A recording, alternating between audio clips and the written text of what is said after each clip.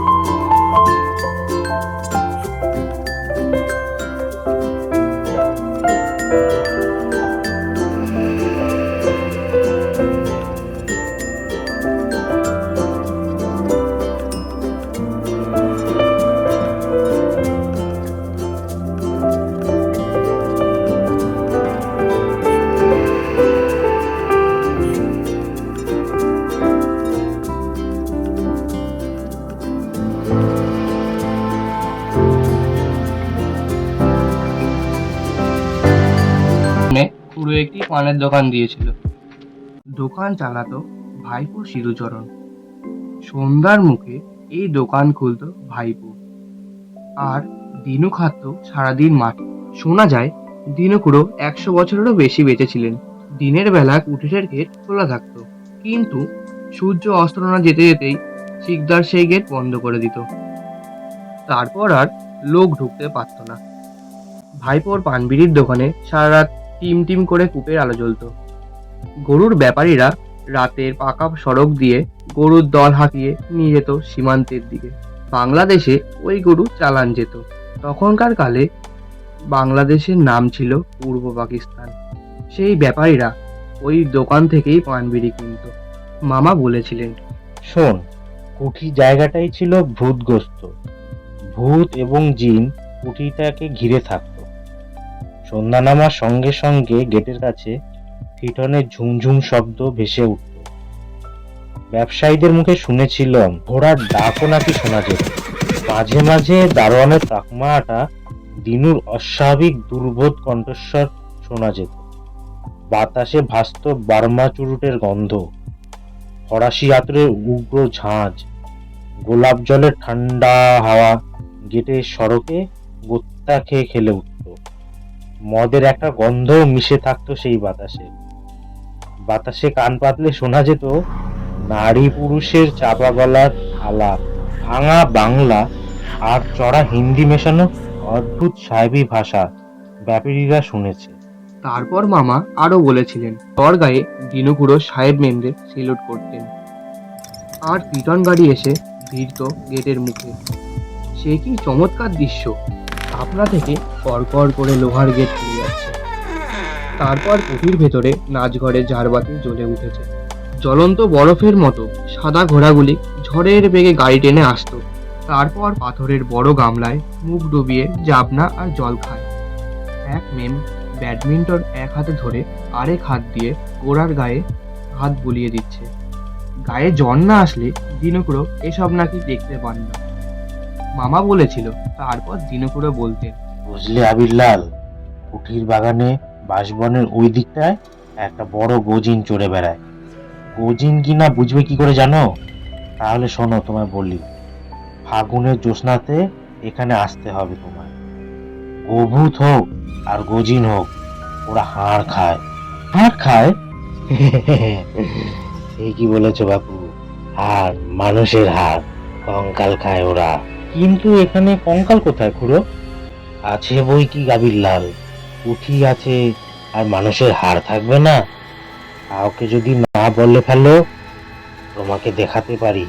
খুব সাবধান, কথা যেন দোকান না হয় আবির। আগে দেখো, তারপর চেপে যাও। ফাল্গুনের পূর্ণিমায় এসো তাহলে। আবির মামার কাছ থেকে নানাখানা ভূতের গল্প শুনেছি বরাবরই। ভূতটি আমার জ্যাতুতো দাদা। আমার নাম কিরণ। আমার 2-4টি ডাকনাম আছে। তারপর আমাকে মামা শুনিয়ে বললেন, শোন চুনো, কুটি হলেই জানবি জায়গাটায় নিশ্চয়ই বদনাম আছে। এককালে নীলকর সাহেবরা জোর করে চাষিদের দিয়ে নীল চাষ করাতো। ধান বুনতে একদম দিত না, না খেয়ে মরতে হতো চাষি। কোনো চাষি অবাধ্য হলে তার হালের বলদ, জোর জোয়াল সব ছিনিয়ে নিত নীল সাহেব। পেয়াদা দিয়ে ধরে এনে এই কুটিতে ভয়ানক মারধর করত। মারতে মারতে মেরেই ফেলতো। তারপর সেই মৃতদেহ কোথায় যেত? ফেলে দিত সব। গত্রী দাদা বলল। আচ্ছা মামা, নীলের ব্যবসায় কি সাইডে খুব লাভ হতো? শোন, ওই নীল চালান দিত বাইরে, মোটা টাকা লাভ করত। এদিকে চাষি সারা বছরের জন্য মুখে খাবার জোগাড় করতে পারতো না। ধানের জমিতে নীল ফলালে তা ভাতের জোগান হয় কি করে বল? ওই যে দীনবন্ধু মিত্রের নীল দর্পণ নাটক, ওখানে যে সাহেবদের অত্যাচারের ঘটনা পাওয়া যায়, কি নিষ্ঠুর আর কি মর্মান্তিক। আমি প্রশ্ন করলাম, ওই কুটিতে কখনো ঢুকেছো তুমি? মামার মুখের রং কেমন একটা বদলে গেল। এরপর মামা গম্ভীর গলায় বললেন, হ্যাঁ চুনো, মাত্র একবার। সেই ফাল্গুনের পূর্ণিমা রাত্রে, যাকে বলে ফিন ফোটা জ্যোৎস্না, চারিদিকটা টয় করছে, আর বাজিতপুরের দিগন্ত জোড়া মাঠ পেরিয়ে ছুটে আসছে এক মন কেমন কর আশ্চর্য জোরদার হাওয়া। দিনুকুড়ো মাঠের দিকে একবার দৃষ্টি বুলিয়ে নিয়েই বললে, মাঠে ভুলো নেমেছে। মাঠের ভেতরে সত্যিই জ্যোৎস্না মম করছে। দ্বাদশের সমুদ্রে দপ করে আলো জ্বলে উঠেছে দেখে মনে হচ্ছে। দূর থেকে বিলের পাড়ে কয়েকটা আলো ছুটোছুটি করছে। শুনেছি স্যাঁতসেঁতে ভেজা মাটিতে এক ধরনের গ্যাস তৈরি হয়, তাতেই আগুন জ্বলে ওঠে।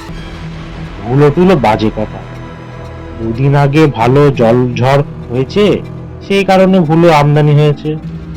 সবই বুঝলাম চুনো, কিন্তু দিনুকুড়োর গলার মধ্যে কি ছিল কে জানে। ভুলোর আলো দেখে গা কেমন ছমছম করে উঠল। খুড়ো বললেন, এই ধরনের রাতে ও জিনদের মৎস্য ভয়াবী। এসো, তোমাকে কঙ্কাল সরোবরে নিয়ে যাই। কঙ্কাল সরোবরের কথাটা কেমন ভয় ধরানোর মতো। হঠাৎ কুঠির দালানের পুরানো কাঠামোটা হাওয়ার আঘাতে মটমট করে উঠল বুঝি। লোহার গেটটা কড়কড় শব্দে খুলে যেতে লাগলো। আপনি খোলে নাকি খুড়ো? তা খোলে বই কি, ঘোড়া গাড়ি ঢুকবে কি না চোখে দেখবে না ঠিক, তবে কানে শুনবে। আগে এই শরবতটুকু খেয়ে নাও। কেন? বলছি খাও, প্রশ্ন করো না।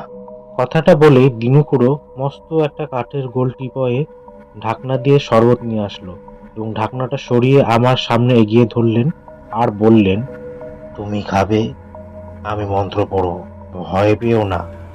এই রাতে যেসব ভূত আসে তারা কত মিস্ত্রি, কত হলো গিয়ে আবার বাড়ি তৈরির ইঞ্জিনিয়ার, আর কেউ ফোরাত নদীর ধারে নগর গড়েছিল, কেউ পারস্যে মহল গড়েছিল, প্যালেস্টাইনে এনারাই বানিয়েছিলেন ওই বারাত তুর্কের খাঁচা। বাদশাহ সুলেমানের আমলে এদের বংশধররাই ময়ূর মহল নির্মাণ করেছিল। মনে রাখবে, খাটিয়ে লোকেরা চিরকাল বোকা হয়, সেই জন্য ভূত বলতে জনগণকে বোঝায়। আপনি পুরো খুব শিক্ষিত লোকের মতো কথা বলছেন। তা বলছি, কেননা সমস্ত কথা আমার মুখস্থ আছে। হাজারদুয়ারি গাইডরাও যেরকম শিক্ষিত ভাষায় কথা বলে, আমিও সেরকম বলি। কঠির গাইড আমি। তাছাড়া কালীর অক্ষর আমার পেটেও কিছু পড়েছে। শেঠের দিঘির চৌধুরীরা আমাকে যে বহাল রেখেছেন, তার প্রধান কারণ এই পালিশ করা ভাষা। আমি তাদের বাড়ির বউদের পর্যন্ত ভূত দেখিয়েছি, মাইনে 7.5 টাকা, কিন্তু বছরান্তে চৌধুরীরা আমাকে ধান গম সাহায্য করেন, কুটির সবজির একটা ভাগ পাই। খুড়ো কিছুক্ষণ চুপ থাকার পর বললেন, এখানে কোনো চাষি চাষবাস করতে আসবে না। ওজিন যেখানে থাকে গরু ডরায় বাবা, শুধু ট্রাক্টর দিয়েই চাষ করানো যায়। কিন্তু চৌধুরীর ড্রাইভার সাহস করেনি এদিকে আসতে। অগত্যা এই তিনুই ভাগ জোট টেনে এই কুটির আলগাচ্ছে। ভাইপোটাকে বলি, ওরে সিধে, এখানে মন্ত্রপাঠ শিখে হাল ধরে নে বাবা। তা সেও ভয়ে আসে না। দম ফেলে পুরো মন্ত্র আওড়ে উঠলেন, ই আর কি, মুই আর কি ফিফট, সামনে ভূতের পট। তুমি দেখবে আবিল্লাল? না মানে মানে বলতে চাইছি যে তুমি কি দেখাবে খুড়ো? আরে দাঁড়াও দাঁড়াও, আগে গলা ভিজিয়ে নাও, তারপর সব হচ্ছে। ভূতের পট নিশ্চয়ই তোমাকে দেখাবো। ওরা পট টাঙিয়ে দিয়ে গান গেয়ে গেয়ে ইমারত বানায়, নগর তৈরি করতো। কি কিরমিকিচ্ছে। তিনি আছেন পশ্চিম দিকে। তিনি কে? আরে কে মানে, যে ভূতের পট লেখে। কোথায়? আর কোথায়, ওই হোতা চলো দেখাচ্ছি, আগে শরবতটা শেষ করো। ভয়ে মামা ঢকঢক করে গ্লাসে শরবত খেয়ে ফেলেছিলেন। যদিও আবির মামা ভূতে বিশ্বাস করেন না। তার ধারণা মনের কোনো ধরনের বিকাশ হলে ওই পর্দা দেখা গেলেও যেতে পারে। সুস্থ মানুষ ভূত দেখতে পারে না। তবুও তার কেমন ভয় করছিল। কুটির দানাগুলো এমনিতেই পুরো পলস্তর ঘষা, লাল ছোট ছোট ইটের দাঁত বের করা, থামগুলো নোয়া খাওয়া, একেবারেই দর মনে হয় না। সিলিং অনেক উঁচুতে, পুরনো শাল কাঠের তীর বর্গা অনেক স্থানে ক্ষয়ে হড়কে খসে যেতে বসেছে। কিছু স্থানে ছাদ পড়ে গিয়েছে। বুনো পায়রা, পেঁচা, বাদু নানা জায়গায় বাসা বেঁধেছে। মাঝে মাঝে বিদ্যুতের চিৎকার শোনা যাচ্ছে। সাপ ঘুরছে চারিদিকে। শরবত খাওয়া হলে খালি গ্লাসটা রেখে খুড়ো বললে, এটা খেলে তো এবার তোমার গায়ে সামান্য তাপ বাড়বে, মাথাটা ঝিমঝিম করবে। আমি মন্ত্র পড়ে দিয়েছি, কালি কটকা হাওয়ায় সটকা মন্ত্র, টিব্রু টিব্রু কুরং কঞ্চি পুটিতং খাও, মিস্ত্রির গন্ধ ফং, আগে কিছু কিঞ্চিত পাও, পটপটিতং পচরা, পাঁচ কিশিতন খরচা, রং আর তুলি, এসো। আগে কোথায়? পটের সামনে। এই বলে আবির মামাকে হাত ধরে একটি ভাঙা গুহার মতো জায়গায় টেনে আনলেন দীনু শিকদার। গুহার মুখে আসলেই ঘরের দেয়াল খসে গিয়ে গুহাপথ দেখায়। তারই মুখে কালো পর্দা ঝুলছে। তারই গায়ে আঁকা সাদা রঙের নরকঙ্কালের ভয়ঙ্কর ছবি। দেখেই রক্ত বন্ধ হয়ে আসতে চায় এবং দিনখুড়ো বলতে থাকে, এর নাম তোমাপি।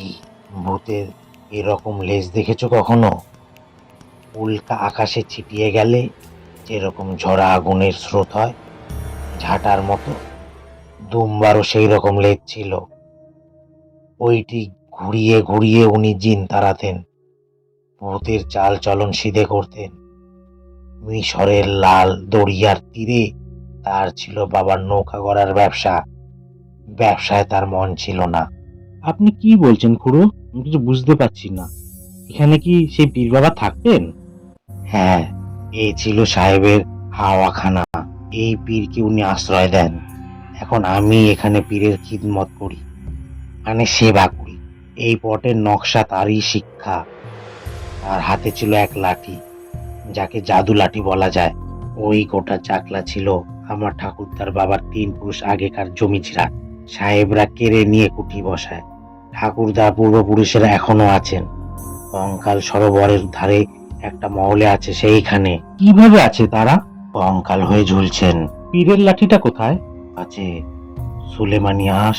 ময়ূর মহল যখন তৈরি হচ্ছে, বাদশাহ একটা ঢিবির উপর দাঁড়িয়ে লাঠিটা পেছনে পালা দিয়ে, মানে ঠ্যাক না করে ভর দিয়ে দাঁড়াতেন। রাত দিন যতক্ষণ কাজ চলত উনি দাঁড়িয়েই থাকতেন।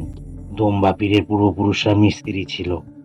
তারা কাজ করতে করতে মুখ তুলে বাদশাকে যে একবার দেখবে তাতেও ভয়। এত কড়া বাদশা ছিলেন সুলেমান। তারপর কি হলো? একদিন বাদশাহ কাজের তদারকি করতে করতে লাঠিতে ঠেস দিয়ে দাঁড়িয়ে থাকতে থাকতেই মারা গেল। কেউ জানতেও পারল না। তখন বাদশার পোষা জিনেরা বাদশাকে ওইভাবেই খাড়া করে রেখে দিল। লোকেরা বাদশা রয়েছে এই ভেবে উপরের দিকে তাকালো না। সারাদিন রাত ধরে মহল কাজে লেগে থাকত।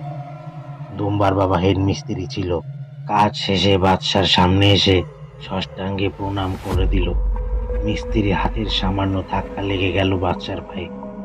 বাদশাহ উল্টে পড়ে গেলেন। তখন দুম্বার বাবা বুঝলেন তারা কেউ বেঁচে নেই, তারা সবাই ভূত হয়ে গেছে। আরে খুড়ো, দাঁড়াও দাঁড়াও, আমার নেশা হয়েছে মনে হচ্ছে। জ্বর জ্বরও লাগছে, ফিটানের শব্দ পাচ্ছি। বাদশার লাঠিটা তাহলে দুম্বা আর বা এগিয়ে কি কোনো কথা জড়িয়ে আসছে কেন? তুমি শান্ত হয়ে বসো, শুনে যাও আমি কি বলছি। ওই লাঠি হাতে করে দুম্বা মরুভূমির বুকে বিভাগী হয়ে পীড়িতের জন্য বের হয়ে চলে আসেন। জিন সিদ্ধ লাঠি, বুঝলে কিনা? নীল সাহেব ভেবেছিল তারাও এইভাবে চাষিদের তদারকি করবে, মরে গিয়েও পাহারা দেবে। সেই জন্য কঙ্কাল লড়তে রেখে গেছে। তারপর মামা আরো বলেছিলেন, সরোবরের অনেক রকম ফুল ফুটেছে, নানা তার রং। সাদা ফুলগুলো হীরের মতো জ্বলছে। হঠাৎ করে জল তোড়পাড় করে ভেসে উঠল কয়েকটা কঙ্কাল। তারপর তারপর তারা জলের উপর অনেকখানি খাড়া হয়ে উঠে নাচতে শুরু করলো। এরা কি সব মিস্ত্রি? ওইখানে ওই যে কারা নাচছে খুড়ো? ওই কারা নাচছে বাবা? আমি যে দেখেছি। নেশা হয়েছে আবির, হওয়ার দুপাচক খেয়েছো, হাতে নাতেই ফল পাচ্ছ। ভূত তো কেউ বিশ্বাস করে না, প্যাচে পড়লেই করে, বুঝলে? আরে আরে কি দেখো হে?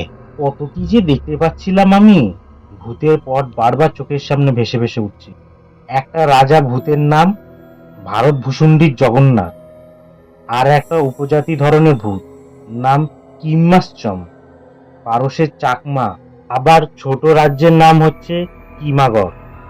সেই কিমাগড়ি ভূতের জমিদার গুণানন্দ পটেশ্বর, তার বংশতালিকা নিম্নস্থানে রয়েছে মির্জা আয়মকবর খতিবুদ্দিন গাড়োয়াল। সত্যি সেলুকাস, কি বিচিত্র এই কুঠির রায়লয়ের ভূতের দেশ। একটা দেওদার গাছের দিকে আমার চোখ চলে যায় সহসা। সরোবরের নাচ থেমেছে। আশ্চর্য, পূর্ণিমায় কি মৃতেরা এইভাবেই জেগে ওঠে?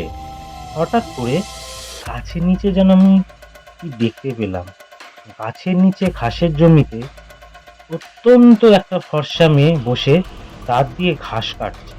অপূর্ব তার রূপ। ও কারোর দিকে চাইছেও না, আকাশ পানে চেয়ে রয়েছে শুধু। ও চোখ দিয়ে জল পড়ছে, নিঃশব্দ কান্নার জল। ওকে দেখে আমার মনে হঠাৎ প্রশ্ন উঠল, ওইখানে ওইভাবে কেন বসে আছো? ও কি কোনো পরী, নাকি ও কোনো মানুষ?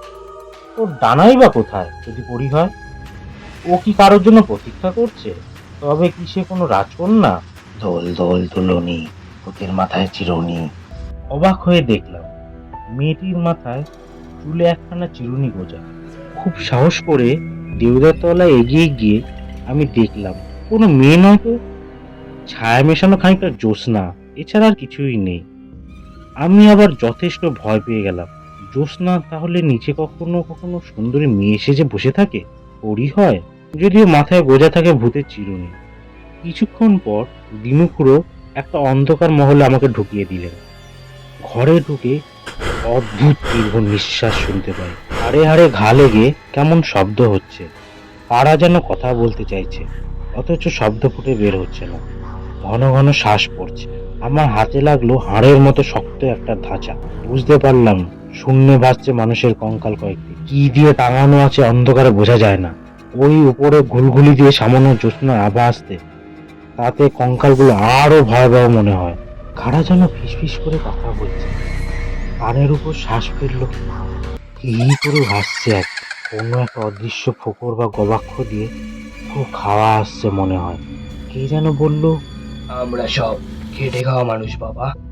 আমার নাম তোরাব, নাটকের লোক, দীনবন্ধু বাবুর নাটক মনে নেই? এখানেই চাষিবাবু খুব অপমানিত হয়েছিল। কাঁদে গো।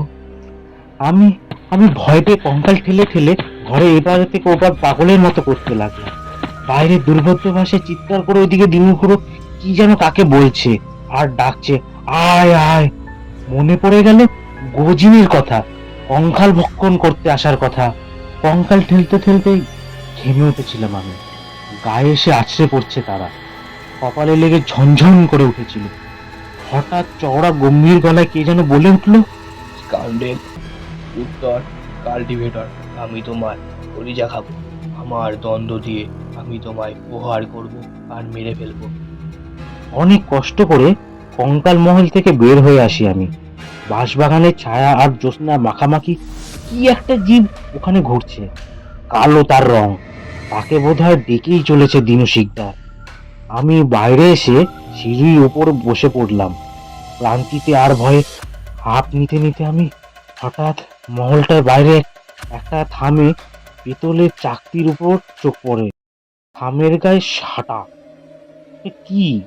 উঠে গিয়ে আমি দেখলাম চাঁদের স্পষ্ট আলোয় লেখা রয়েছে ইংরেজিতে, সায়েন্স ল্যাব।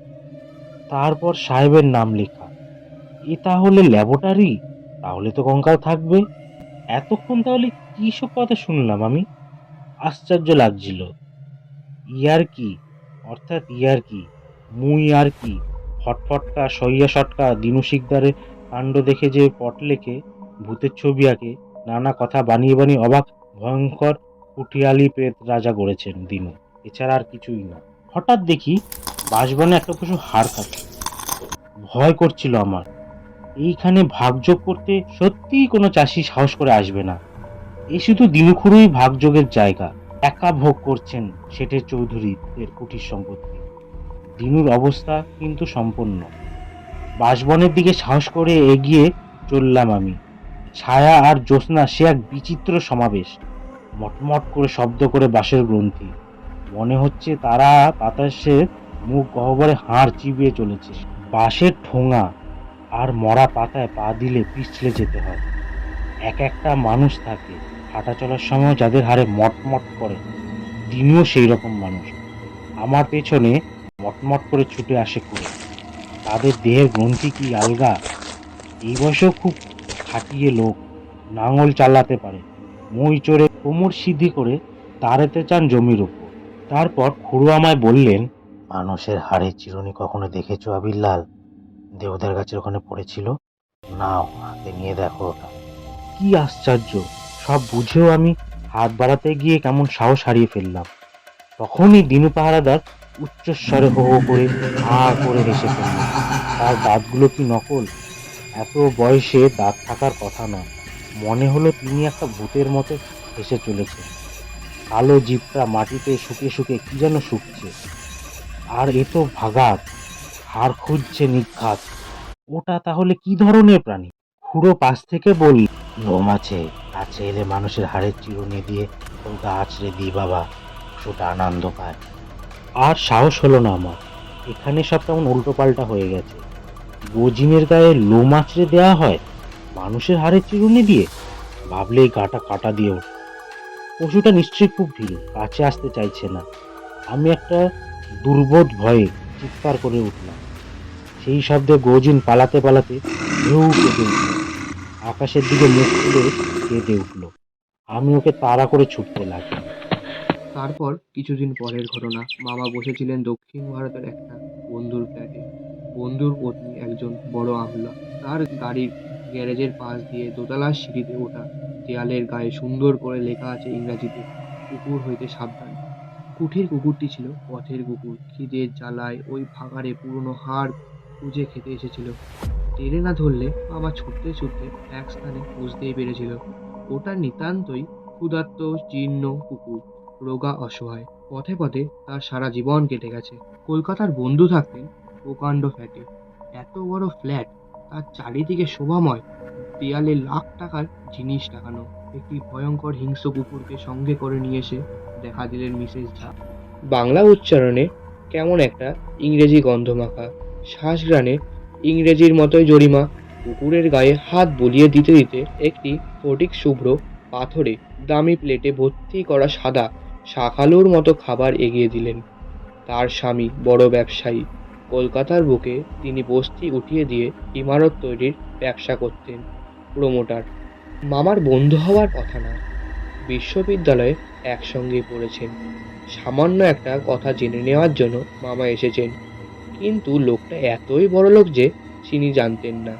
স্ত্রী বাঁ হাতে চিরুনি ধরে মাথায় চুল আঁচড়ে নিতে নিতে অকারণ হেসে মামাকে দৃষ্টি দিয়ে আপ্যায়ন করলেন। নিজের চুল আঁচড়ে নিয়ে কুকুরকে খাওয়াতে খাওয়াতে হঠাৎ সেই চিরুনি কুকুরের গায়ে লোমের ভিতরে চালাতে চালাতে কথা বললেন। আপনার নাম কি মশাই? কুকুরের দেহ কেমন পুলকিত হয়ে উঠল। চোখ তুলে মামার চোখে জ্বলন্ত দৃষ্টি ক্ষেপে কুকুরটা দেখল। প্রাণীটার লেজটা কেমন আগুনের ঝাঁটার মতো লেলিয়ান। মামা আশ্চর্য ভয় পেয়ে লক্ষ্য করলেন এ নিঘাত গোভূত, হাড় খায়। এতক্ষণ আপনারা শুনছিলেন আবুল বাসারের লেখা ভূতের চিরুনি। যদি গল্পটি আপনাদের ভালো লেগে থাকে অবশ্যই একটা লাইক, কমেন্ট, শেয়ার করে আমাদের পাশে থাকবেন। আর আরও নতুন নতুন গল্প পেতে চ্যানেলটিকে অবশ্যই সাবস্ক্রাইব করে দেবেন। আর গল্পটি কেমন লাগলো অবশ্যই একটা কমেন্ট করে জানাবেন। এখানে কথকের চরিত্রে অভিনয় করেছে বিকি। আবির মামা এবং দিনুখুড়োর চরিত্রে ছিলেন শঙ্খ শুভ্র। গত্তিদাদার চরিত্রে ছিলেন রাজদীপ। মিসেস ঝায়ের চরিত্রে অভিনয় করেছে স্নিগ্ধা।